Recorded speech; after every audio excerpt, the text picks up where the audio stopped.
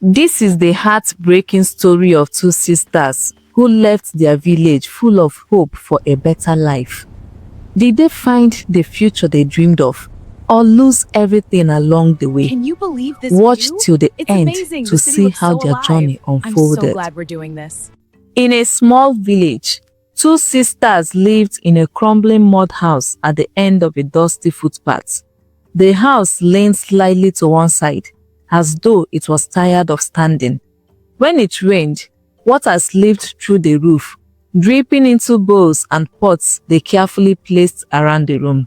But broken as it was, that house was all they had. Ngozi and Amara lived there alone.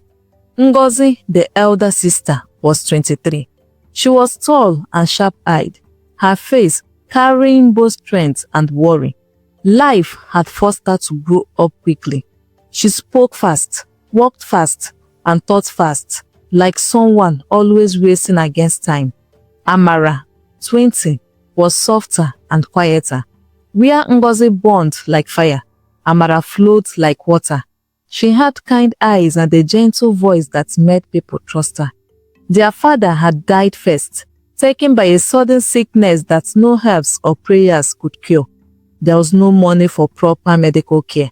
Their mother followed 2 years later, worn down by grief and hardship. Since then, it has been just the two of them against the world. Life had been hard for them. Breakfast, if they were lucky, was soaked garri with palm kernel nuts. Hunger was a constant companion, sitting heavily in their stomachs. During farming season, they worked on other people's land, bending under the hot sun for hours. Their hands became rough, their backs ached, and at the end of the day, they were paid just enough to survive. At night, they lay on a tin mattress, staring into the darkness. One day, Ngozi would whisper, "We will leave this place." "And go where?" Amara would ask. "To the city. Life is better there." Ngozi hated poverty, the whispers, the pity, the feeling of being stuck. Whenever people returned from the city during festive season, wearing fine clothes and arriving in big cars, her heart ached with longing. Amara didn't like the suffering either, but she feared the unknown. Not everything that shines is good.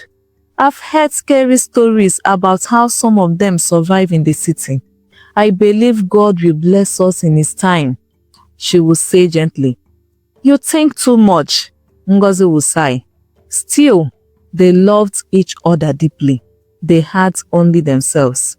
One hot afternoon, as they returned from the stream with heavy basins of water balanced on their heads, they heard the sound of a car.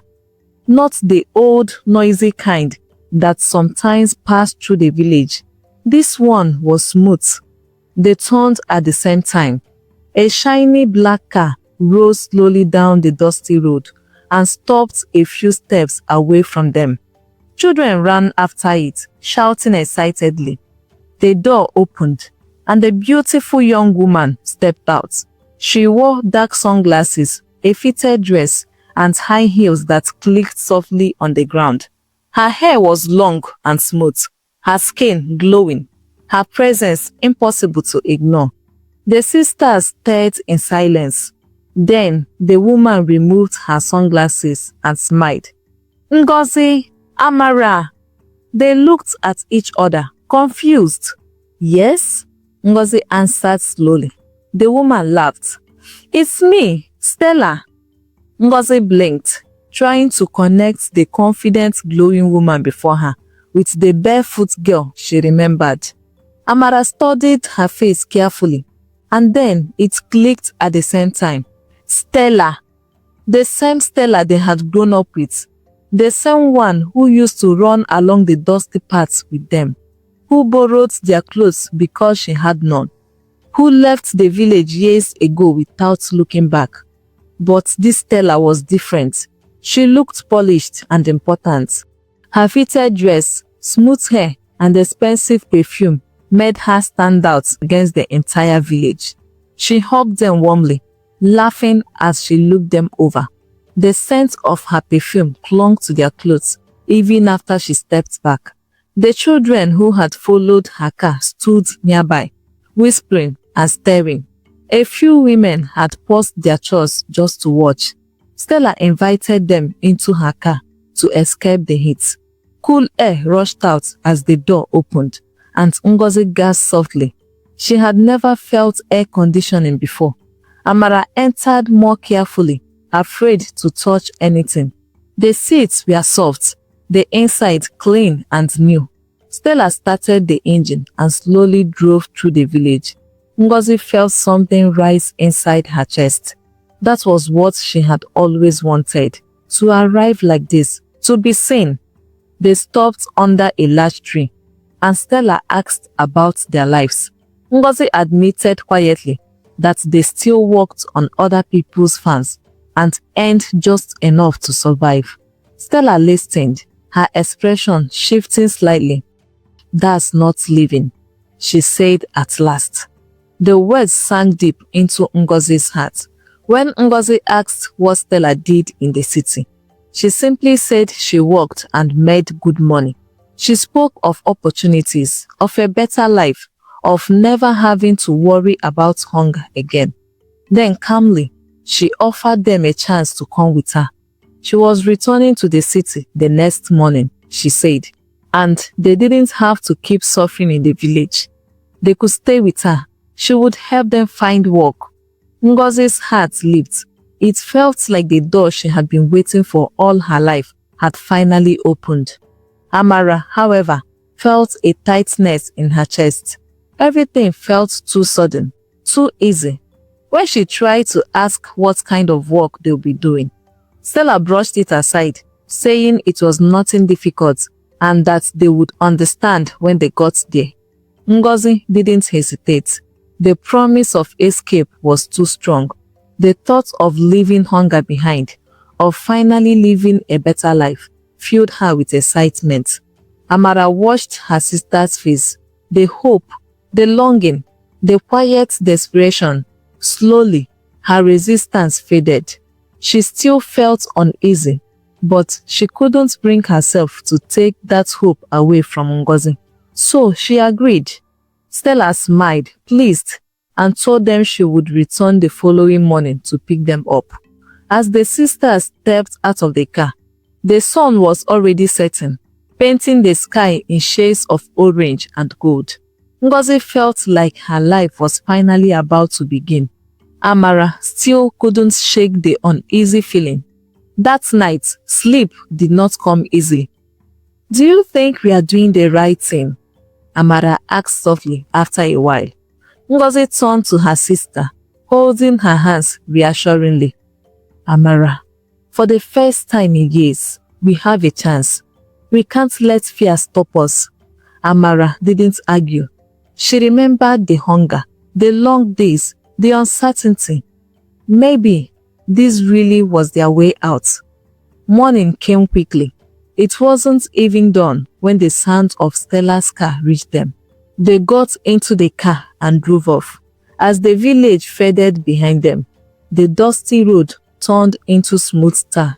Trees gave way to buildings. The air felt different. Ngozi watched everything with wide eyes, her heart full of excitement. Amara sat quietly, her chest heavy with reasons she couldn't explain. Hours later, they entered the city. Cars filled the roads. Tall buildings rose on every side. Ngozi could barely contain her excitement, while Amara felt small in the middle of it all. Stella drove into a quiet area, lined with large houses behind tall gates. She stopped in front of a huge white and gold building. The gates opened slowly. Ngozi's mouth fell open. Flowers lined the walkway, and a shining car was parked inside the compound. "This is where I stay," Stella said with a smile. They stepped out, their feet almost trembling. At the door stood a woman in her late 50s, dressed neatly, her face calm and welcoming. "Welcome to your new world," Stella said. "This is Madame Obi." The woman stepped forward, smiling warmly. "You are welcome, my daughters," she said gently. "Do feel at home." Ngozi felt relief and hope rise in her chest. Amara felt that same quiet uneasiness return. Madam Obi's house felt like another world. The floor shone like glass. The air was cool and sweet, and the living room was filled with soft couches and the television bigger than anything they had ever seen. Amara walked carefully, afraid her dusty slippers might stain the floor. They were served a sumptuous meal, unlike anything they had ever tasted before. Stella showed them their room, a large bed, clean sheets, a wardrobe, and a mirror. Ngozi gasped, while Amara stared at the mirror and noticed how thin and tired she had become. The next few days felt like heaven. They were taken to a salon where their hair was washed and styled. They were given new clothes, shoes, perfumes, and bags. At a spa, their bodies were scrubbed and cared for. When Ngozi looked at herself in the mirror days later, she hardly recognized the girl staring back. She looked confident, polished. Amara liked her new look too. But as time passed, she began to notice things. The house was full of beautiful girls who came and went at odd hours. Some returned looking tired. Whenever she asked questions, Stella would simply tell her that it was nothing to worry about. Ngozi didn't seem to notice. She was too happy, too comfortable, too excited about the new life ahead. One evening, Stella told them that Madam Obi wanted to see them the next morning to talk about work. Ngozi felt a rush of excitement. At last, the opportunity they had been waiting for had come. The next day, they dressed in their best clothes and followed Stella into the sitting room. Madam Obi was already waiting, smiling proudly at them. She asked if they were ready to start working and taking care of themselves. Ngozi quickly agreed. Amara hesitated but nodded too. Then Madam Obi calmly explained the kind of work they'll be doing. The room fell silent. Ngozi's smile slowly disappeared. Amara's heart dropped. "No," Amara said immediately, her voice shaking. "I can't do that." The air in the room suddenly felt heavy. The warmth in Madam Obi's voice disappeared. Her face turned cold and distant. She leaned back, studying them in silence. Ngozi couldn't speak at first. Her mind raced through everything they had been given. The clothes, the food, the room, the care, the comfort. Slowly, the truth settled in. "If you won't work," Madam Obi said calmly, "then you will pay me back every kobo I've spent on you." Ngozi felt her throat go dry. They had no money, no one to help them, no way back home. Fear settled deep in Ngozi's chest. After a long silence, she spoke softly. "We will work." Amara turned to her in shock. "Ngozi!" But Ngozi couldn't meet her sister's eyes. Madam Obi's smile returned at once. "Good girls," she said, pleased, before walking out. Stella followed behind her, leaving the sisters alone. Back in their room, Amara sat on the bed, shaking. "You agreed," she said, tears filling her eyes. "What choice do we have?" Ngozi replied quietly. "We don't know anyone here. We don't have money. We can't even find our way back." Amara wiped her face. "Anything is better than this." Ngozi's voice softened. "Remember how we lived. The hunger, the struggle." "Amara, we can't go back to that. I'm not ready to go back to that." Amara closed her eyes. She remembered. "We'll just do it for a while," Ngozi added gently. "Just enough to save money. Then we'll leave. I promise." After a long moment, Amara nodded slowly, though her heart felt heavy. Amara sat on the floor in silence, unable to eat or speak. Eventually, the tears came, quiet at first, then uncontrollable. Ngozi lay awake on the bed, staring at the ceiling. She had wanted a better life, a way out of suffering. But as she listened to her sister's soft sobs in the dark, she began to wonder if they had walked into something far worse. Amara cried through their first night, while Ngozi stared silently at the ceiling. Slowly, they began to adjust to their new lives. Weeks turned into months. At first, Ngozi told herself it was temporary, just enough to save and live. But time passed, and living never came. Madam Obi controlled everything. Their clothes, their movements, their money. Any mention of saving was met with reminders of the debts they still owed. Amara changed the most. The gentle, lively girl who once laughed easily grew quiet. She stopped smiling, stopped talking, and avoided looking at herself in the mirror. Every night, she lay facing the wall. Some nights, she cried softly. Other nights, she didn't cry at all. And those nights scared Ngozi even more. One afternoon, Stella came to call them. Madam Obi had good news. A wealthy man was visiting that night and had asked specifically for Amara. A cold feeling settled in Ngozi's chest. That evening, a car arrived to pick Amara up. Ngozi walked her to the gate, holding her hand tightly before she left. Something didn't feel right, but she said nothing. The gate closed behind the car, and Ngozi stood there for a long time before finally entering the house. Hours passed. Nights grew deeper. Amara didn't return. Ngozi called her phone. It rang once, then switched off. She tried again, still off. Panic slowly began to rise in her chest. By midnight, she could no longer sit still. She went to Madam Obi, but was told not to worry and go back to sleep. But she didn't sleep. She sat on the bed all night, staring at the door, waiting for the sound of footsteps. Morning came. Amara was still not back. Her phone remained off. Fear gripped Ngozi as she begged to search for Amara.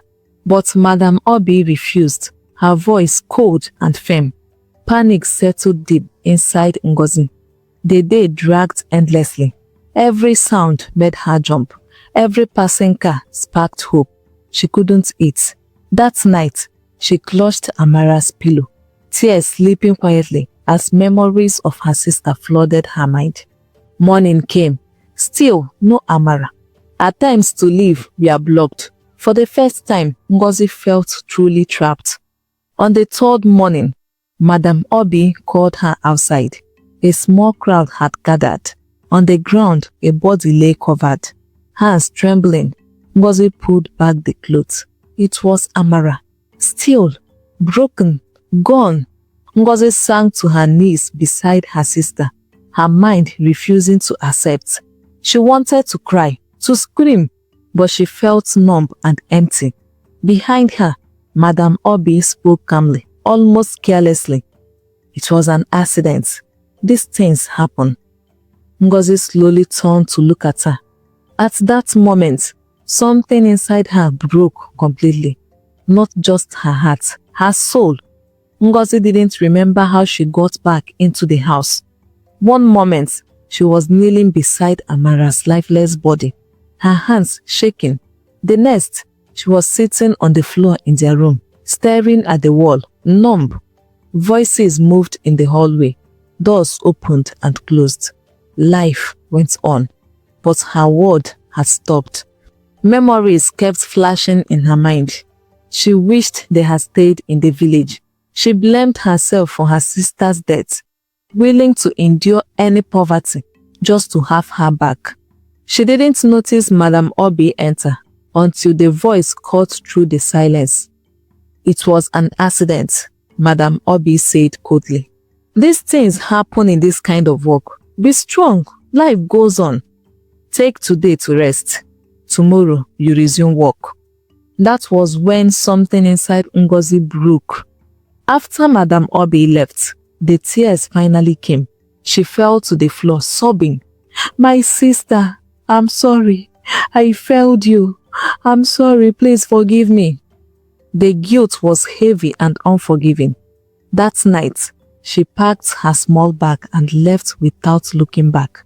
She found a tiny dirty room to rent and stayed there alone. For days, she barely ate. She lay on the mattress, staring at the ceiling, replaying Amara's smile, her voice, her warnings. Sometimes, she thought she heard her calling. Each time, the silence hurt all over again. Weeks passed.